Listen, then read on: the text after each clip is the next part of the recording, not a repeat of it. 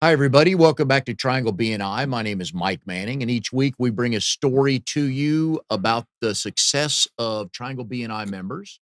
And if you're not familiar with Triangle BNI, or with BNI, actually, it's the world's largest networking organization. In our little slice of heaven here in the Triangle of North Carolina, if you're not familiar with it, it's central part of the state, Raleigh, Durham, and Chapel Hill.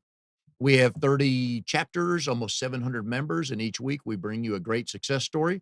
And the story this week is Chris Mondragon, or Coach Chris, as we call him. He is president and co-founder of Personally Fit Individualized Training. Chris, good to have you here today. Thank you, Mike. Really happy to be here. So 35 years in the fitness field. That's correct. That's All correct. right. I really enjoy it. I'm still passionate about learning more and also passionate about helping people improve their own lives. All right.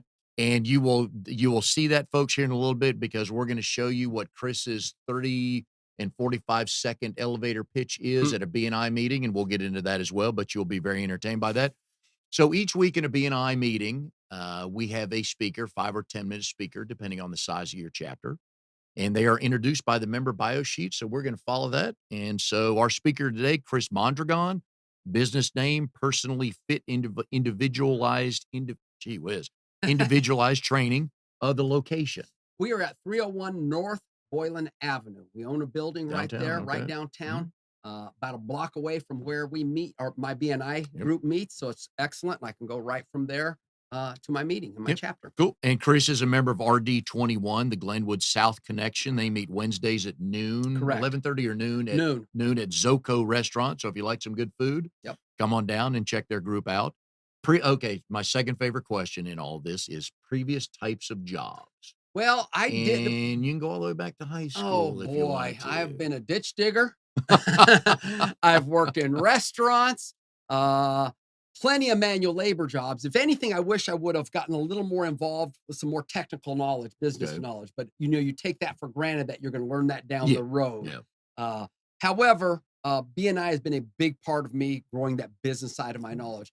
I had a lot of thoughts in place, did not know how to implement them. And over the last 2 years, not just from BNI, but other sources, I've been able to really find how. I knew what I needed to do. I didn't know how to get there. So what is a ditch? What do you get paid for digging ditches? Well, I usually have big jobs like building a latrine for a friend at their ranch. Oh, wow. Painting a barn in the summer. Oh, so you work for free. Okay. Sanding and painting a barn. Yeah. So I always would get 1 or 2 big jobs in the summer that might take 3 or 4 weeks working 12 hours a day, put that cash in my pocket, and then find some odd jobs to do wherever I could so I could play and run around. I wasn't a kid who wanted to grow up too fast. Most people wanted to get on, buy their car. I was like, they go, Chris, it gets so boring in the summer. All I do is go swimming and hang out. And I say, yeah, isn't it great? But I was already involved in wrestling. I always found time to make wrestling something I did, got my workouts in, found a mat to go on to, wrestled in some national tournaments over the summer. And so that was still part of what I did. Okay, cool. And we'll get into his wrestling background in a few minutes. Next section of the bio sheet, family information, your spouse, Leslie. Correct. All right. Leslye, a little different spelling. Is there a story behind the spelling? I wish I knew there was, but I don't think so. I think it's just the spelling. All right. Wasn't a typo at the hospital or anything like that. Okay. All right. Is there a good story how you two met? Oh boy, this is a fun story. I saw her on registration day. And would you both tell it the same way? Absolutely. Okay, then go ahead. Registration day, she was all preppy. She's a golfer, cute as a button. At North Carolina State. North Carolina State, Reynolds Coliseum. She was a full scholarship golfer. The athletes go into Reynolds Coliseum to register. They used to early so they could get their practice time, get the classes they needed when they could, so then they could get practice. I know she's going to be embarrassed like that, but she was about 10 feet from me, and I saw her. And I was in a tank top and running shorts and kind of jacked up back then, long hair, and I stared at her and I went, and she looked at me like, oh my goodness. But that's the truth, and she'd tell you the same story. I like that. I like that. We'll get into the sports connection at State here in a minute. Children and animals? I have a 28-year-old son and a 22-year-old son, and soon both to have their birthdays. All right.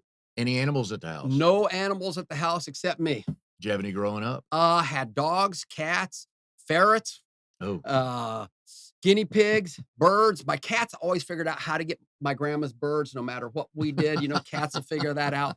And when you talk about animals, cats that's one of the funniest things. I thought my cats were so tame. Cats are still wild animals. But I love my cats. My childhood cat lived till she was 21 and I was 18, and no animal can replace that. Yeah. Okay. Hobbies and activities of interest. Believe it or not, I'm kind of like to read comics and love the Marvel movies. That's kind of something since I was a young kid. I'm learning to enjoy golf. That's been a lot of fun. And, that's more about hanging out with your friends and your family and your loved ones. So that time is great. And I love watching amateur wrestling, which is still something I do. So I'm involved with the college program.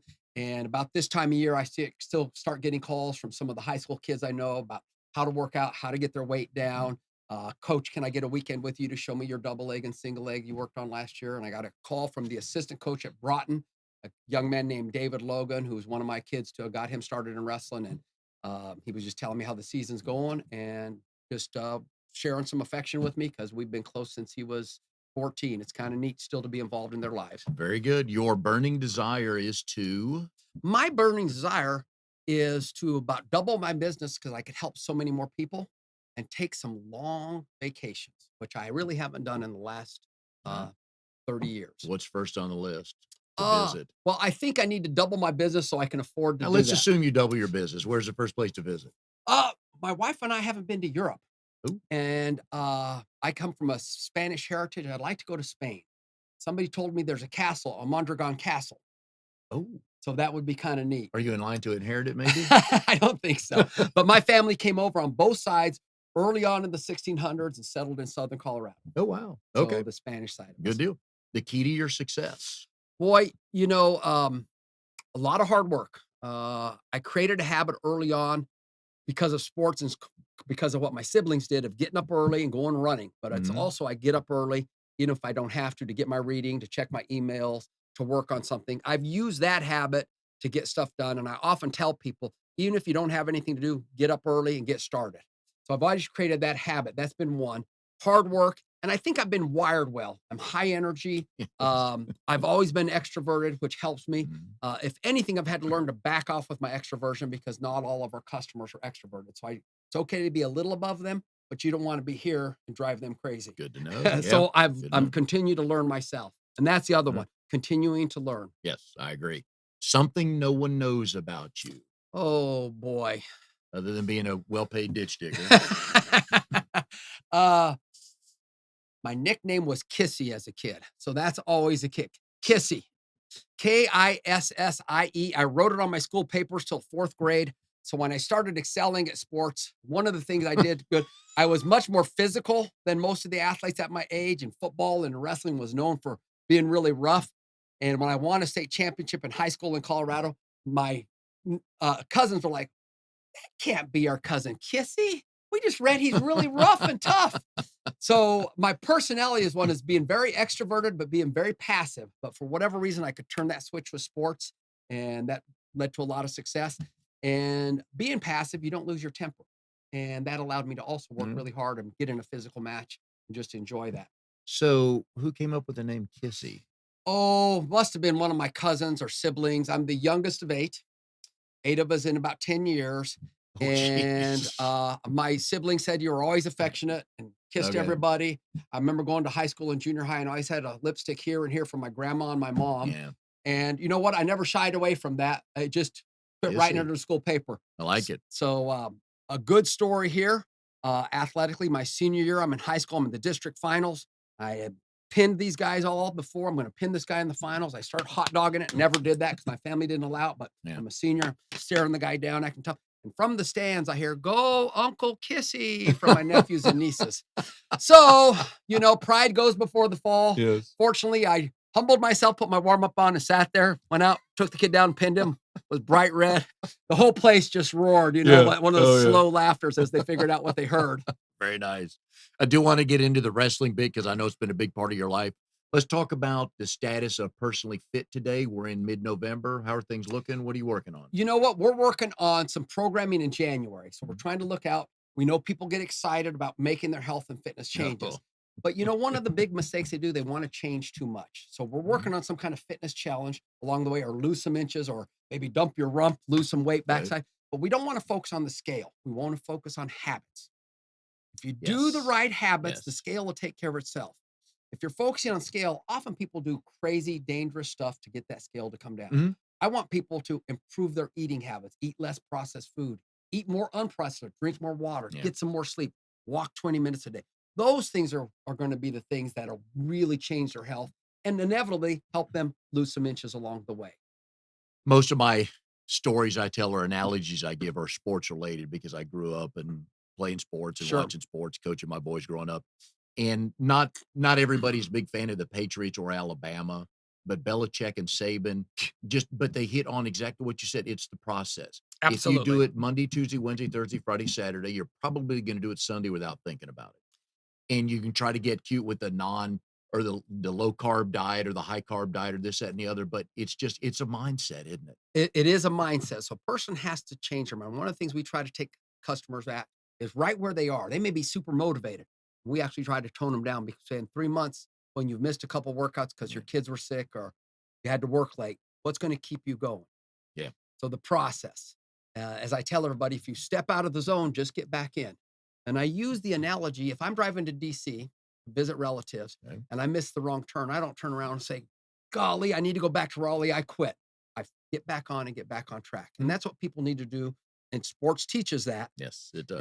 And BNI pushes that because it's about the process. If you're doing the process right, Mhm. the odds are you're going to have more success. It doesn't guarantee success because there's a lot of things outside of our control, but most of us are in control of our process. Yes. And one of the things I love about wrestling is it teaches you how to get off your back.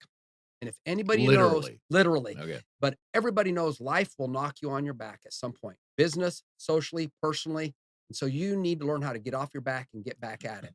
So that's just such an important lesson for anybody to Mhm. learn, separate and apart from sports, but just in life. And we all have, especially with the holidays coming up, we can be on the greatest plan, but man, you get around the turkey and the stuffing and family and friends, couple of drinks. Oh, we got chips and dip laying around or all that. And it's okay. Because you're right. Absolutely, Monday it's or okay. Tuesday, you get back on. Get back on track. So whatever sustains you, you sustain. Okay. I like Okay? that. I like Whatever that. sustains you, you sustain. And one of the things we do at Personally Fit is really try to teach people that fitness isn't a luxury, it's a necessity. Mhm. And what you said, it's a mindset. It's a necessity to help you through stressful times. Oh, When your mother's ill, yep. when work is bad, you use it to energize yourself, improve your health, take care of yourself, to nurture yourself. And maybe we've made a mistake because we call it a workout. So it just sounds like another chore. Okay. So the other side is trying to teach things that are simple, easy, and convenient, and you can succeed at. So you're not using white knuckled willpower to do it. Yeah. So you were mentioned earlier in our conversation before we went on the air, pick one or two things to get good at. Yeah. Maybe that's the most important thing for pick one or two things to get good at. And once you've mastered those, maybe pick one or two more. And within a year, you're going to Mhm. see huge differences in your health, fitness. And if you're doing that, then those long-term goals of weight loss, lowering your cholesterol, blood sugar are Yeah. going to take care of themselves because you've developed the process to be successful. Yeah, and I would assume one of your goals with your clients is just find a little success that they can point to, and then that's gonna build to the next week a little bit more and a little bit more, but just don't start out, "Hey, I wanna lose 50 pounds." No, no, no, no, no. Like a Absolutely. pound and a half a week or pick a number, right? Absolutely. And I'm usually trying to bring people back to about one a week. Okay. And one of the things we don't do in America is we love our hard work ethic, and I love that too. Mhm. But we do not celebrate our successes. 'Cause you're always looking at, "Oh, I still I have should be 40 more to boom. go." And it's like, "No." So I have this model, and I should have brought it today, and you may have seen it. It's a 5-pound model of fat, and it's about that I big, saw and the picture on your website. I it was is gonna ask you about that. disgusting. Yes. Okay, Yeah. and the person says, "I've only lost 5 pounds." I go, "You don't think that improves your health?" Yeah. They see that, and they get jazzed about it. I said, Yeah. "Guess what? Take another 6 months to lose 4 more of those. Yeah. You see how your health, your body is going to change. And then I also have the model of the muscle, which is about a third of the size, Mhm. but the magic is in the muscle. So we teach a little bit of the science, more for us, but the magic is in the muscle. So if you and I walk up the stairs and you're huffing and puffing, it's probably not because your heart and lungs are out of shape. It's probably because your muscles are out of shape and they're putting that demand on your heart and lungs. Okay. Now, there are people with COPD and the disease, but the Yeah. average person, it's their muscles that are deconditioned that put that demand on their heart and lungs. So Okay. getting those muscles in shape not just improves your health, but makes life easier from Oh, unloading the groceries to oh, gardening you to feel playing with your better. kids. Yeah. You said you have a new grandchild. I do. So that's a big why Yes. to keep you working out because you obviously do. Oh, I want to keep up with him. And Yeah. just like our BNI and just like fitness is, we also try to help our clients find out what their why is. Not the first one. I want to lose weight because I'm going to a class reunion. What's more important than that after that class reunion? What's more important than that? Really figure out why. Figure out what your values are. And those, usually when you do that, once you have a good why, you can figure out the what and the how. Yeah. Yeah, because you have to find that motivation for anything, be it business, personal, anything like that. So, Right. And it's beyond motivation then because it's habit, it's process. It's all, Because when a person is getting a college degree, a law degree, medical degree, they're not, woohoo, I get to go to, stay up for 12 hours a day. But they're looking down because the why is so important to them that they don't need to be motivated. So again, the process, the habit is much more important than why, because I always tease motivation is like gas. It passes quickly. That's a good business card. I like that. That is a good one. So we're talking about being at Chris's BNI chapter earlier. And if you're not familiar with BNI, it is a seat-specific organization. So Chris is the only fitness coach in there. He's got he has 20 other salespeople, 22 other salespeople in his chapter. So each week now he educates them. Every chapter has a 30 or 45-second, we call them elevator pitches. So the member gets up, stands, hi, I'm so-and-so. Here's what I do. Here's what I'm looking for. Here's how you can help. But it's our job to train our fellow members to help sell us what we do, what we don't do, more importantly, what we can listen for. So when I go out and I hear somebody huffing and puffing, or they give that magic word, and I know, oh, Coach Chris told me that. And that's when you casually get in a conversation, Now, it's in my opinion, the two hardest referral seats are fitness and financial, because they're both very personal. It's hard to walk up to somebody who's driving a BMW and go, dude, you look loaded. I got a financial person I want you to meet. Probably not going to happen. Or if they get out of car and they're not doing well, you can't walk up and go, boy, you're really having trouble. I know a fitness guy. Yeah. So what are we listening for from people, and how do we get in that conversation just to offer them, I know somebody that could help? I think we're looking for a pain point. Oh, honestly. Okay. Whatever that is for them, be it, I have a client who's been with me for a long time. I won't use his last name, Bill. He came to us 400 plus pounds. He's lost 130 pounds. There's a pain point for him. He's always successful. Okay. However, people look down on him. We know fitness is more than just exercising more and eating less. There's so many other factors, from getting more sleep, learning how to shop, learning how to control your emotions so you're not eating for that reason. There's so many other things to do. Something else, just as a segue, I tell people it's not what you're eating, it's what's eating you. That usually causes overeating. I got it. But having said that, he always felt when he's at professional meetings, people look down on him, even though he was a CEO and very successful. So that pain point to really get him committed did that. So some kind of pain point. It could be a minor pain point. I just feel insecure, or I don't have energy. Okay. I have somebody else that has cerebral palsy. She felt like she could never even play with her kids because of her cerebral palsy. Well, she's come up and she called me about a year and a half ago crying. It was so exciting to hear. She goes, what is wrong? What is wrong? She goes, nothing's wrong, Chris. I did something today I've never done before. I walked into a grocery store, bought a bag of dog food, put it on my shoulders, walked out of the vet, and put it in my car. Wow. And I don't have to wait for my husband to get home and play with my kids. Very cool. Yeah. So I get to feel good. I do get immediate feedback, which is fun for me as a job. It's one of the things that really pumps me up. You usually daily get immediate feedback that people are doing better, feeling better. And as one of my friends, Beth, says, she drives all the way from Durham, from the Research Triangle Park, and back to Durham to work out this once a week. And she says, you just squeezed the meanness out of me today, Chris, and I feel so much better. And I'm sure people feel about you the way I feel about my massage therapist after I'm done. I'm like, oh, if I could buy you a house, I would. Absolutely. It just hits the spot. I get a lot of people telling me they're in love with me. Oh, It's yeah? great. Oh, yeah? And that's good too, especially when your name's Kissy. There you go. I mean, you just bring that to them like, hey, what else do you need to know about me? So when is literally the first time you ever heard of BNI? I think the first time I heard of BNI was probably about 5 years ago. So Woody, in another chapter, owns Choice Auto. Yep. Okay. Been a customer of mine for a long time. About a year into it, he's telling me about BNI, and I just in flashing conversations, telling me he went to meetings, you ought to come visit. But we never sat down and really talked about it. Then I went to a big meeting somewhere on West Street. And there was like 4 BNIs and visitors there. And I'm not sure how they got it Okay. together. And my neighbor, Jeff Zender, was there. And I checked my email. He had emailed me, invited me. Jeff Zender owns Carolina Home Inspection. He's great at what he does. He's in my group. And and I was thinking that was the BNI group, but it was about 4 of them and their guests. And then I realized RD21 was part of that. And I went to their meeting the next week and I joined. And that was about 2 years ago now.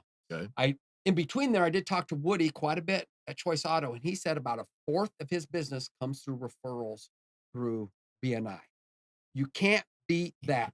No, and I tell people that if they look at the chapter not as 22 people or 30 people, however many are in their group, but as one client, and if that one client each week is worth 15 to 25 to 35% of your business, why in the world would you not keep going and maximize that? Well, I've been a part of other things, the chamber, some other things, not to belittle them. They weren't intentional. Yeah. So health, fitness, most people need somebody to be accountable, not necessarily to crush them. I even changed my word from trainer to coach because honestly, people don't want to be trained. They want to be coached. Somebody walk alongside them. But you get coaching at BNI, you get accountability at BNI, just like people need with their health and fitness. So Mike, you said you don't eat breakfast. How can I help you eat breakfast more? If I text you every other day, will that help you? Oh, yeah. Okay. How about if you prep breakfast when you're cooking dinner so you don't have to take so much time? Is that something you could be successful that makes at? a lot of sense. Yeah. So, I could do so that. try to help people be successful. And that's what BNI does. But the intentionality of it is probably the biggest thing from doing the 60-second commercial. And again, I talked about my personality. I've always been passive, although very extroverted. So if I worked at and I worked at some big box gyms. So I didn't say that, but I was the worst salesperson on the floor. And people said, that's ridiculous. How could you be the worst salesperson on the floor? Because of the passivity. So learning how to sell myself has been really important because I'm very good at what I do and I'm continuing to learn and because we care and we get results. But the number one reason people stay around isn't that long-term health benefit. They say it's fun. And to me, that's really neat because when you have a lot of beginners and they have never worked out before, but they still think it's fun, it's no longer a chore. Right. It's something they're looking forward to. That's the key is when you wake up in the morning, all right, I'm working out today. When you get them to that point, then you know they've changed they've changed. Bingo. Yeah. Because it's like, then it's not a luxury. It's something they need. It's what I said earlier. What sustains you, you sustain. Yep. And then another step you've done well is when they're scheduling their day around that workout. Correct. Then you know success. Well, I have a man, he's a lawyer. I want him to come. He's very busy. He does mostly real estate law, but he has a firm that does every kind of law, Todd Adams, and he's been with us for over 4.5 years. He walked into our building.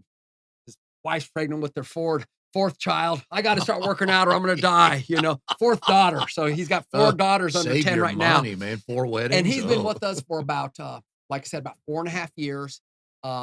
He's grown his firm. He's very successful, but he's really made fitness a habit. When he travels, he finds a way to work out. And that's one of the biggest things. When I see somebody, when they travel and they have the chance to eat everything inside, drink everything, because that's part of the gig, they make time to work out. So what you said earlier is important. Something else they can kind of hang their hat on. If they work out without even thinking about it, they don't order those fries. Yeah. They use that habit. I'm not going to ruin that good workout by eating junk food. I'm going to make some better choices. But again, doesn't mean they can't have fries once in a while. It's just the long-term health benefit, what they're going to do over time is what leads to success. If you want to find out some more information on BNI, please give us a call at 919-465-1667. Also, the trianglebni.com on the screen here. We also have an email address, bni@nissancommunications.com. Shoot us a note with a question. Give us a call in the office. You can talk to Steve or Mary or Brenda. They'd be more than happy to help you. As we talked earlier, in each chapter, there's an elevator pitch, depending on the size of your chapter, 30 seconds to 45 seconds.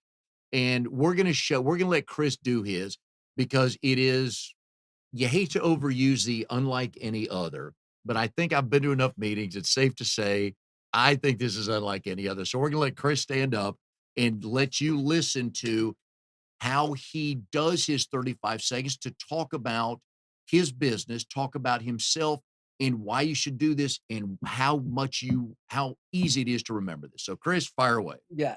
Hi, I'm Coach Chris with Personally Fit Individualized Training. And when I talk to people, they tell me that time is the biggest reason they can't work out. And I understand because I'm a very busy man. I work 10 to 12 hours a day. So we try to help them figure out what their limiting factors are and how they can still fit fitness into their busy lifestyles. We know you're busy. And the more busy you are, the more important it is to make time for fitness to reduce stress, help your focus and your performance so you can take care of your loved ones and your employers or employees that you need to work on. So we teach a push-pull squat that almost anybody can do in their office to get results, to clear their mind and help them perform better. I'm Coach Chris with Personally Fit, and we want you to take care of you. If you want to contact us, our phone number is 919-832-8484, and also look at our website, personallyfit.net. So let's think about how many people you meet that say, Chris, I'd love to do that. I just don't have the time. And in 1 minute, how many muscles did you work I doing that? pretty much worked about 90% of my body's musculature. Yeah. And that's the thing. And we are all guilty of excuses. Oh, I don't this, that, or the other. But in your normal day, getting out of the car, sitting in the car, sitting at home, you can take 2 minutes, get up out of the Absolutely. chair. Okay, you're sitting there watching a TV show for a half hour. On the commercial, get up out of the chair and do something, right? Well, one of the things we've done at Personally Fit that has led us to success and work with some wonderful people is unless a doctor says you can't exercise, we're going to work with people. We've worked with paraplegics, cerebral Oh, okay. palsy, Parkinson's disease, uh, unless they tell you can't. And if you can't move much, you move what you can. Yeah, okay, I And I understand that. also want people to understand the program doesn't have to be perfect to be successful. As a matter of fact, perfection usually leads you to not doing it, Mhm. paralysis. Yeah. And a lot of people get stuck thinking they have to do the most perfect program or it's not going to work. That's just not true. And again, I talked about sustainability earlier. Yeah. I'd rather a person do a B program that they are consistent at than an A program that they can't stick to. Yeah. And the problem is when they can't stick to it, most people feel like failures. Yes. And that isn't going to help anybody. We naturally think the worst of ourselves. So for a person to feel like they're a failure, that's not what we want. You Yeah. mentioned earlier having somebody do something they're successful out right out of the box. Yeah. Well, as fitness and nutrition coaches, we are the first to tell you you can't out exercise bad eating habits. Having said that, we start with fitness because we want our people to feel success that Yeah. first day. And Yes. then we can start talking about some of the other habits they can do. Yeah. And I wrote that down, the quote you just used, "You can't out-exercise bad eating habits," from your website. I'm not happy about that because there are just some things you think, that again, with Thanksgiving Yeah. coming up, you're like, and I love Now, stuff. now, there's nothing wrong with getting a little more activity around that. And we Right. call that overshooting. Okay. My son David calls that overshooting. Get a couple workouts back to back before Yeah. the New Year's. Find a way to go get some walks on that stressful day. But remember, it's a holiday, not a holiday. But the walk, though, you're right, if you know dinner's at 4, go walk at 1. Yeah. Just And, do something, and I right? always eat breakfast on Thanksgiving because usually it's an early dinner. I have a high protein breakfast with some vegetables and or fruit. That's fiber. I don't want to be so hungry that I go in and I'm ravenous Yes. because the habits of overeating and eating fast really don't allow you to enjoy it as much. So for me, coming Yeah. from a large family, youngest of 8, that's one of my secrets. One of my anchor habits is learning to eat slower. And I still eat faster than most people, but I probably tripled the time in the last 3 years of how I eat Okay. and what I want my clients to do and only eat, which isn't common now because most people are on their phone watching TV. So just focusing on enjoying that food. Even if you're eating junk food, you go ahead and chew it 15 times Yeah. every Cheeto. Yep. It's a game changer for so many people. And so they can enjoy their food, get the health benefits. But I walk with 2 or 3 relatives on Thanksgiving Day, usually Mhm. different times. So I'm Yeah. getting some visiting time and I'm Yeah. getting some activity. Yeah. And again, like I said, it's a holiday. So between Thanksgiving and New Year's, most people get invited to quite a few parties, get togethers. They don't have to eat everything at every one of those. And that's some of the Yeah. things. I know you're going to get a chance to have eggnog again. Yeah. Let's not have it every time. And again, I talked about simple, easy, and convenient. Do you know if you sit next to the buffet line, you're going to eat more than if you sit in the back of the room? Oh, Do yeah. you know if you sit in a lighted area, you're going to eat less than if you're in a darkened area of rest? I Human did nature. not know that. think Okay. of restaurants, and I love a good fine restaurant. I was at the Angus Barn. My friend Oh, Van yeah. Ure, who's I've trained for a lot, and used to train her mother. A systemized program. You talk about a well-oiled machine. That restaurant is Mhm. something we could all learn some stuff about customer service. But one of the things every fine restaurant does is chill you. They keep you about 2 degrees Mhm. cooler because that makes you hungry and Okay. darker. So understanding human nature. Yeah. Think of what are the colors Mhm. that are of all fast food restaurants, There's red. and yellow Yeah. or orange. Those make you hungrier because they kind of get you aroused, if you will, for that. So Nice. learning those little things Yeah. that can help you so you don't always have to use white knuckled willpower. Gotcha.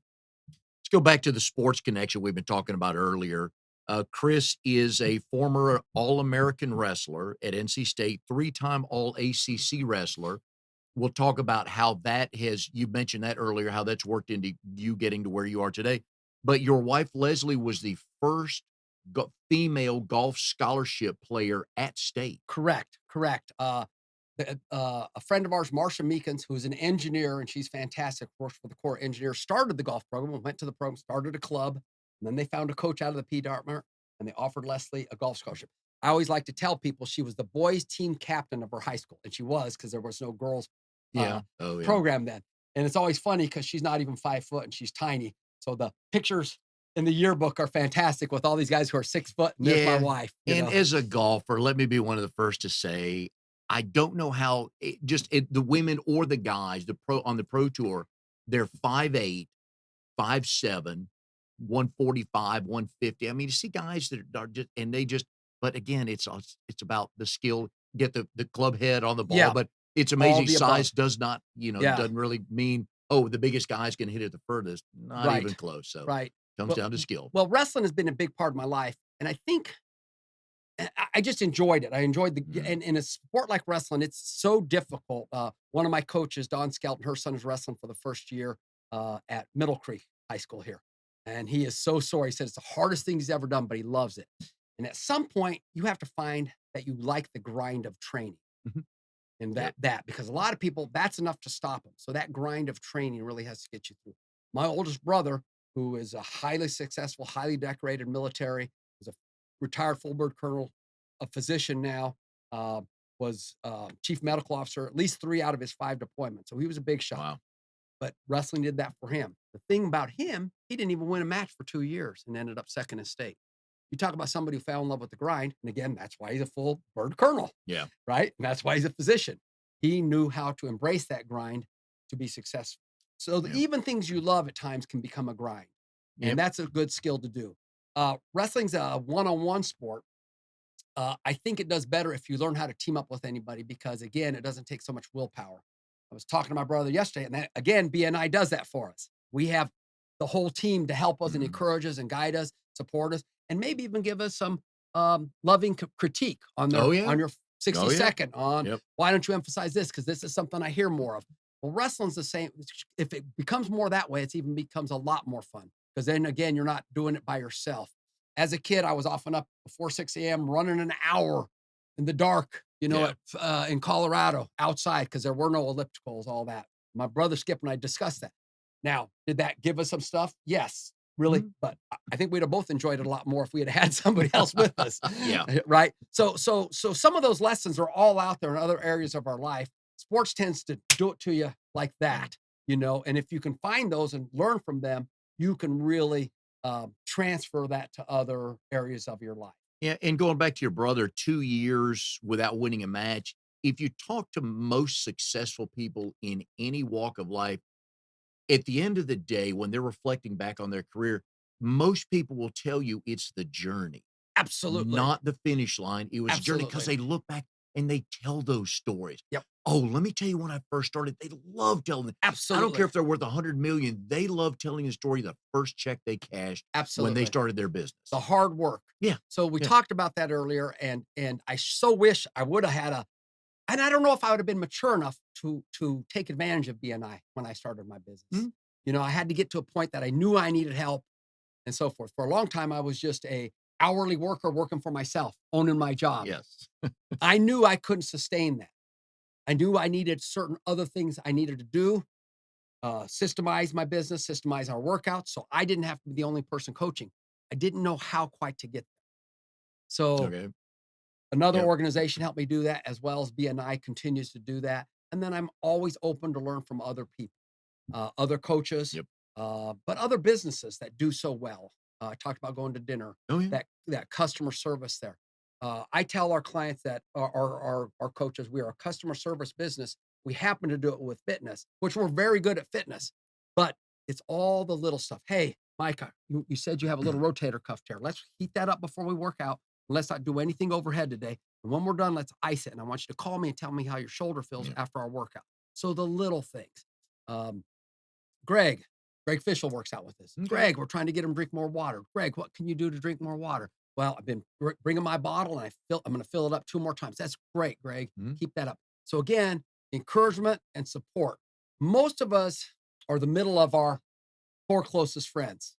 So that you have a group of people at BNI that are successful at what they do, and you're their friends, hopefully.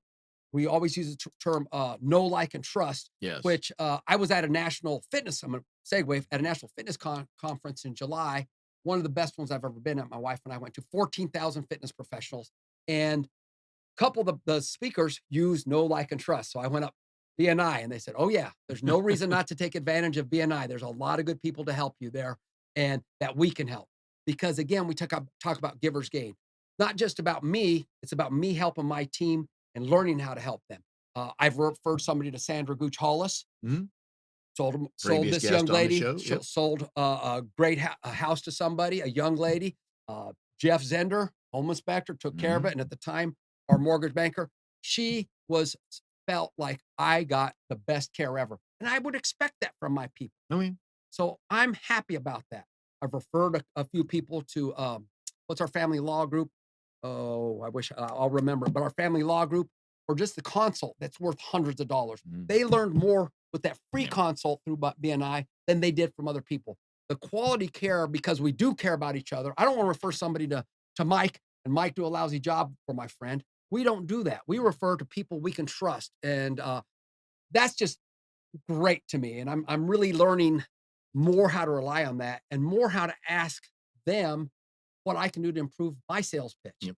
and Oh, yeah. how I can help them.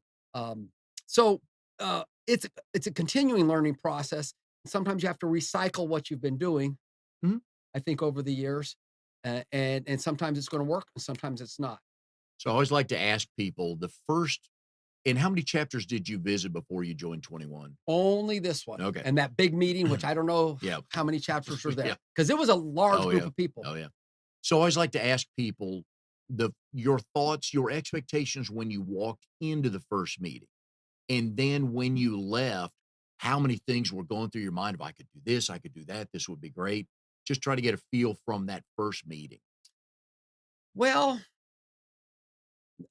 struck me the intentionality about it. There's no doubt, but also the commitment to do it. And that's where a lot of people get hung up. I have to Mhm. come every week if I can, and I need to make some calls, try to do some one-to-ones, and or I need to invite guests, whatever we're good at. We talked about Mhm. that. Yeah. You can do Yep. one or the other, or a little bit of both, making that commitment. I think probably most of us overthink both of those things, just like we overthink fitness and eating. Really? You think so? I do. Do you? Took you how long to figure that Yeah, out for and people? I was doing that too, because a lot of my friends who I've invited have been hits there, Yeah. and they have good businesses that if they join, people are gonna know, like, and trust them. And that makes me feel good because these are people I care about too, have been friends of mine for a long time and are good at what they do and can help any chapter they belong to. So Yeah. that is really neat to me. So I, I I did not know really what to expect. Okay. I'm not going to use the term leery, but knowing I had to do some training, knowing that, and I often was like, my hands are just too full to do this. But you chapter leaders have made it so much easier for us to be successful Good. by bringing training to our groups where we Mhm. meet. Um, and then just the feedback has been fantastic from my other folks. And of course, I have had referrals, so I'm happy about the growth. You asked earlier about personally. Mhm. Personally Fit's grown every year we've had it. We have more and more competition than ever, not just big box Oh, gyms, yeah. but there is like 6 studios, personal training, Yep. different types of gyms that are not big box gyms There's like 6 of them in a mile radius of where I am. So I know a couple of them I know, yeah. I have to stay on top of it in every way I can. Not just offer a great product, because if I don't get a new customer, I never get offered that product, but getting those customers in there. So having the privilege of sharing what I do and helping some of our BNI members and their family members gives them a taste of what I do best, what we do best at Personally Fit, because my coaches are fantastic. So they can help me help more people. So once you joined, your chapter, Glenwood South, how and when did you start implementing that into the Personally Fit business plan? Uh, I did a few minor things I can hardly remember for the first 4 to 6 months, but about 6 months in, I started really saying, "I'm gonna do this." Start talking to my people about what I do. I barter with a handful of our other people in our group, and that we do one-to-ones and give each other some incredible feedback to help each other, as well as refer customers to each other, and that was about when I started, about 6 months in saying, "Hey, Okay. I Yeah. really see the benefit." Mary Stocks, who hey, everybody, I'm Mary Stocks' favorite, so You don't are. try to get on her She tells side. me that every week, Um, yes. she will do a one-to-one on you, and she goes all out. I'm sure like you do, Mike. She spent so much time giving me Mhm. ideas. And you know what? Questioning me, even questioning me to the point I was a little uncomfortable, but it made me think. So we talked about a pain point. We got to get to a pain point that we want to make some changes, not just personally, but for our business, instead of just hoping that things are going to get better. Usually most of us have to do it and take a little bit of the Yes. grind and Yep. find some joy in that grind, because if we can get through that grind, be a little uncomfortable for a while, we Yep. can see great success and help more people. Early on in one of my 10 minutes, I think my first 10 minutes, I made the point, I want to be rich. And everybody's trying to make more money. Yeah. But I said, I already am rich in the things that matter. Don't get me wrong. But Yeah. I really want to be wealthy for a lot of different reasons. But one of the biggest reasons was because that would be a symbol of how many people Personally Fit is helping. And you know what? We have a great product. We keep our customers. I'm always amazed. I have 5 customers since 1992. Very I good. have 1 since 1988, and probably 60% of my gym is 5 or 8 more years. We're doing something right. Can we improve? You bet. And we want to do Mm. that. And BNI has been a big part of that. And Chris had mentioned a one-to-one, and basically what that is you sit down with somebody. So Chris and I would sit down, and if you do it correctly, I go through his LinkedIn, anybody I can find that he's connected to, because I know his pest control, what I'm looking for. So I look through his list, and there's 5, 10 names that come up, and I write down that list, and Chris does the same thing with mine. So when we sit down and say, "Chris, here are the 10 people that you're connected to. How well do you know them?" Because there's some people on there we met 4 years ago, you're Yep. just not gonna Yep. know. Yep. So he's gonna go through that list. He goes, "These 3 people right here, I can call them right now and help you." But that's and we preach to people to be specific. It does Chris's fellow members no good if he stands up and says, "I just wanna meet people who wanna get in shape." That tells me nothing. Right. It doesn't make me look for anything like that. But then when he starts to talk about one of the programs you work with are and you've talked about this, are high school athletes. Yep. Now when you tell me, "I wanna work with high school athletes who wanna get better." Now I'm thinking, "Okay, I've got a niece that plays high school soccer That's right. and nephew that plays middle school baseball." Now he's given me a couple of trigger words to think about. Now I'm going through my mental Rolodex. Oh, wait, my next door neighbor has 3 kids and I Yep. Yep. so but that's how we train each other. So when we talk about a one-to-one and we do every week, that's how you do it correctly. So we leave, I've got 3 names I'm gonna call for him, he's got 3 names he's gonna Right. call for Right. me, and that's how you do it. I just got a call from the assistant athletic director from Broughton Friday, and Mhm. they're going to have a meeting for sports. And she said we're trying to do a group meeting with all the winter sports. And I said, well, what we have to offer is probably going to be for the spring people because they're going to be so busy. She said, well, those will be a lot of the same athletes as well as the football players. We Mhm. want them there. Do you want to have one meeting or meet each thing? I said, well, you guys are doing one meeting. That makes sense. She reached out to me. I used to train her, and her kids worked out with our sports conditioning 14 years ago. So those contexts make thing, and a lot of times it's just asking. And I don't know why when I Yes. was younger, again, that passivity, asking ever bothered me.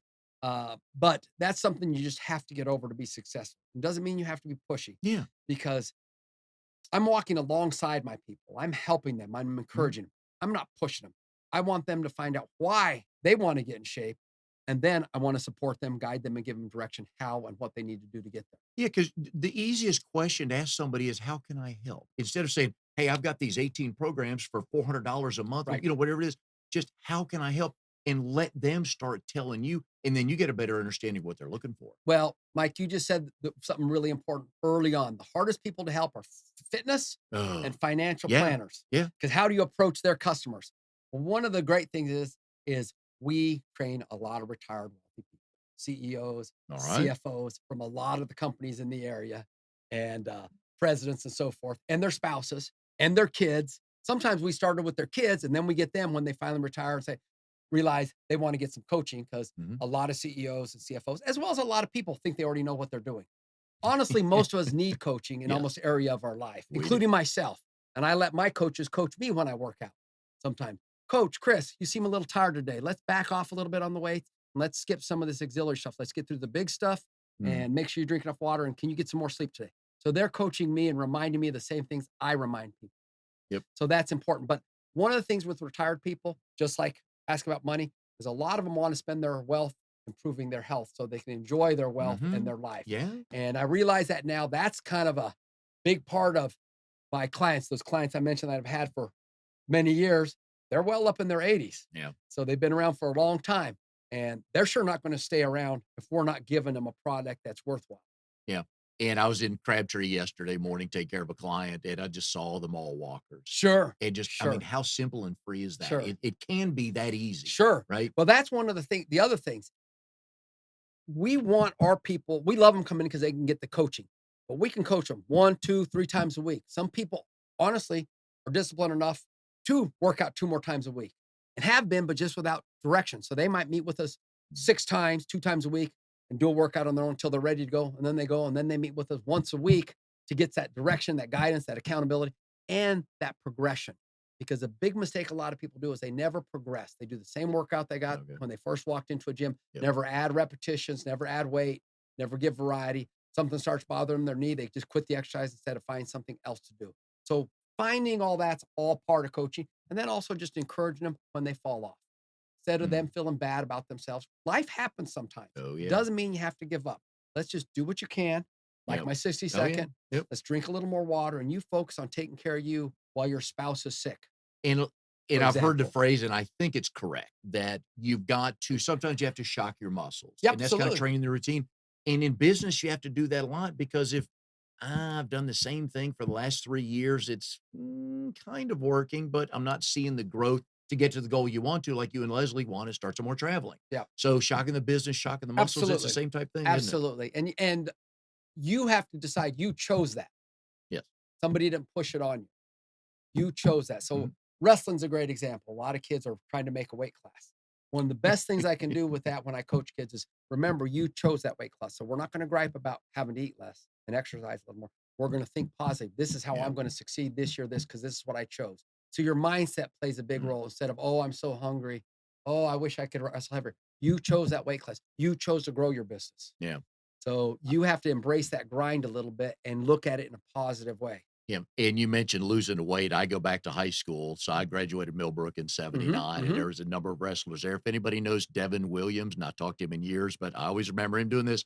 It was on the day of the match, and they're in sweatsuits, running in the shower. They've already taken laxatives. I mean, it was It's amazing what they crazy would what they would do do, yeah. and boxers I know do this too. You got to drop 2.5 pounds in a half a day or a day, Yeah, and then try to get your body back to a normal weight yeah, you know, to they perform at 100%, just right? just like everything, thank God there's been some growth in that too. They have a lot more rules in high school and college wrestling Good, about that. 'cause If they catch you in plastics, you're Oh, done. really? Yeah.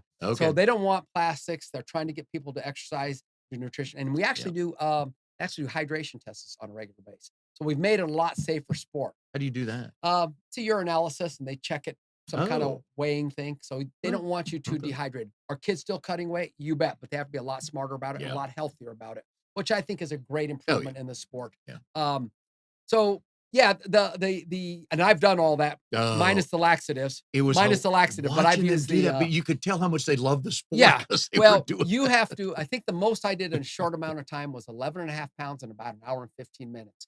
And even I don't know how I did that. But that was my first ACC championship win. So I I'm glad I did it. So you and Leslie do something that not many people can do is spouses can work and run a business together. How is that go how do you separate the responsibilities and the duties for each other during the day? You know, my wife is a great coach, but she is a great CFO. She's very organized Okay. and very organized and pays attention to detail. I have these huge ideas, Mhm. huge programs. She helps me whittle them down, not unlike BNI and say, honey, Yeah. let's not waste our time on this. Let's not waste our time. Let's focus on this today. Let's get through this. And then we'll re-meet next week as a team and see what else we can get done. She's very good at that. She's a great coach too, but she enjoys that. So she's our CFO and those are her strengths. So Mhm. that's what she does. I always tease one of the things, if I had to balance a checkbook, it would take me 2.5 hours. If she had to, it'd take her a half hour because of how we think. Having said that, I have a lot of good ideas. I have a lot of good energy, and we really our traits balance Yeah. each other. So as I'm have my arm around her, personally hugging her, Yeah. she doesn't realize she's holding me up that day. And you're that sounds like me and my wife. I always explain to people that because I'm with you. I'm the big picture guy, and Hmm. we have one son who's just like me, and another son who's like my wife. Hmm. Because my youngest son and I, when we talk about a family cruise, he and I are on the boat. We are on the boat, Perfect. and my wife and our other son is like, "Okay, we got to pack, we got to plan, we got to pay The for it." logistics. Oh my god, Yeah, just ruins the moment right there. But so I always tell people that in our relationship, I'm the gas and she's the brakes, I and like like that. with you and Leslie, it works, Yeah, and right? and sometimes I'm the brakes and the gas for, but it does work for us. Yeah. Same thing around the house. Uh, she'll throw in a load of wash, Mhm. I'll fold it, or she'll fold it, Yeah, I'll take it upstairs and put it away. yeah, So we kind of find out what works for each other. yeah. Um, we've been married 34 and a half years. We married in college. We married young. As I tell people, one of our keys to success, I've never asked her why she loves me. That's her business. That's Yeah. between her and God. I don't want her to run down that rabbit hole. Just love me, honey. Yeah. When did you 2 what was the genesis of Personally Fit? So I was working at Glaxo's Fitness Center back Mhm. then before it became Glaxo Welcome and all that. I got a job at through a company, and I don't even remember the name. It was a local corporate fitness company. And they started in '85, and we had one place there at Glaxo. They decided they hired me as one of the fitness staff. Uh, we ended up with four at the time. Another company, Fitness Systems, a large company that's out of LA, and they've since sold too, but had a bunch of corporate clients all over. They were very systemized and so far. And they actually started paying us for fitness professionals, gave us benefits and ongoing education. Um, but as I worked in corporate fitness and moved up, I was behind a desk more than with the people. Yep. And I realized my strengths are with the people. Even Mhm. if I'm not training them, I'm on the floor. I'm giving them a call. I'm writing them a text about what they can do to help improve them, how to help them celebrate that 5 pounds, whatever it is that works for them. I'm trying to tune into. So when I left there in '92, I had a couple clients, but I left in '92 from corporate fitness and started Personally Fit with two clients and knew enough to say, hey, here's my minimum I need to make. Here's how many clients I have to get per session. And fortunately for me, I got there in about 3 months Okay. and we've just grown since. In '92, 2002, we moved into our building. I had some contractors working for me, but that was very hard to do, them going to remote. Yeah. In 2002, we moved to our building. We bought it in 2003. That allows us to hire other coaches, have a centralized location, have weekly meetings.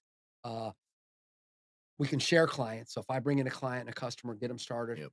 somebody else may train them so I can go out and try to get more customers Mhm. to help, which And makes more yep. sense. And you had mentioned something earlier, a lot of people in business and some shows we talk a little more deeper into business side of it. But you did something the right way. You figured out how many clients I know what the number is that I have to meet each month to live, but how many clients does that mean I have to have? And a lot of people don't do that extra step of math. Correct. Correct. And fortunately, before we moved into our business, I had those long-term customers that Mm, I still have. And that gave me the base to be able to move into it. mm, Like a lot of people are scared to move in. Oh, mhm. commercial loan and all Oh, yeah. that. Again, my wife, she was able to put a business plan together. We got some advice and we moved forward. And we're so grateful we have because that area of downtown has grown like Oh, crazy. yes. And the building is a separate LLC, another good business decision. So, you know, using all that. it would be neat to think down the road we can sell our business, but we do have our building as an investment. Yeah. And I don't see us retiring for a while because we want to double our business, take some long vacations, There you go. and And do help more people. that leads me into my next question. Here we are, middle of November 2018. So middle of November 2019, where do you see personally fit and where would you like to be? Well, I already made some goals with my BNI to meet more, do more one-to-one. So I want to really do that so I can learn to help more people. And I know if I'm helping them, and there's so many of our own RD21 who know they need to come see me. Yeah. When that message gets through for them, we're going to be right there. That might be even a half-hour workout for some of those busy people. We can make that work for them. I'm going to continue to try to help my folks and get together with them, continue to learn and relearn the BNI stuff and move forward with it. Been able to use some of that information in our meetings, and then just be open to learn more. But like you said, pick one or two things, continue Just to kill it. kill those things. Yep. And that's where we need to be. We're going to do guerrilla marketing around where we are located. And Haley Lynn Gray, Yep. who is in our group, if any of you get some help from her, she visits you one time, you already have 4 different ideas, and she's already done something on your website that gets you more traffic because she's just so darn smart. And again, talking about using strength, computers have just been hard for me. My phone's hard for me. I think I have normal intelligence, but those things. Some Thank days you. when the phone doesn't work, you're at work, you're like, I have a degree. I've got to be able to turn this thing on, right?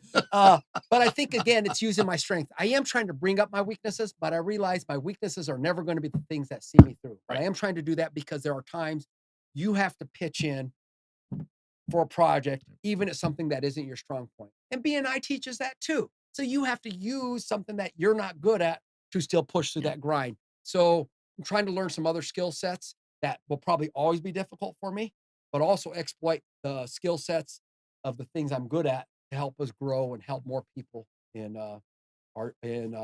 Wake County. So when you and Leslie got the building, got everything go up and running, when was that aha moment you guys had that like, this is going to work? Probably about 2 years in. We were growing slow. My wife got certified as a coach and had been around me the whole time and was a college athlete. But about 2 years in, we realized, wow, we just keep getting another customer here and there, walk them in. They don't leave. They stay with us. We're doing something right. Let's just figure out, keep learning more and more. Yeah. And again, the concepts of systemizing our business, systemizing our workouts were there. I did not quite know how to do that. So I read about a guy named Thomas Plummer. I don't know if you've read him. He's kind of a business, one of those guys who saves companies. Okay. He's owned all kinds of stuff. His own wife owned a women's only club, and he does some kind of conference. I went to a short weekend with them, and they conceptualized the idea, but didn't tell me the why. Well, they liked me, and they invited me to the long 4-day weekend that's worth a couple $1,000s, and they paid for it. And I was able to come home and said, this is the why we're making some changes. Yep. About 6 years ago.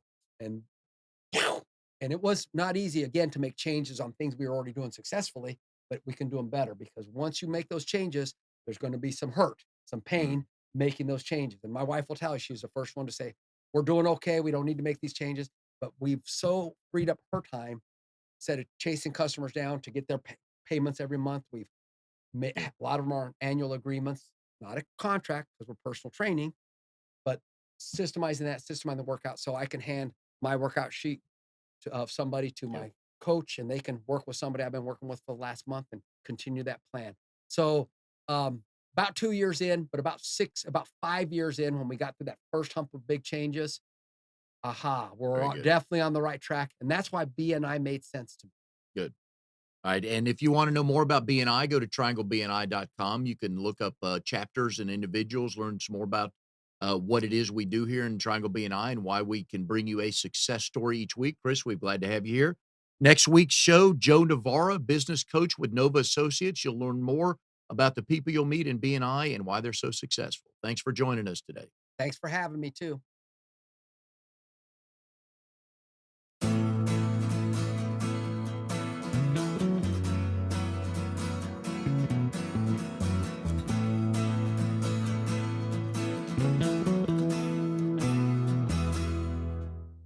You You are tuned to the Nissan Communications Network. If you tuned in too late, you can always watch each program in its entirety or download an MP3 audio file of it in the archives section at nissancommunications.com. Don't forget to subscribe to our YouTube channel, follow us on Twitter, and like us on Facebook. Sponsored by Telestream's Wirecast software, StreamingGear.com, Carolina Apparel, and DeltaForce.net.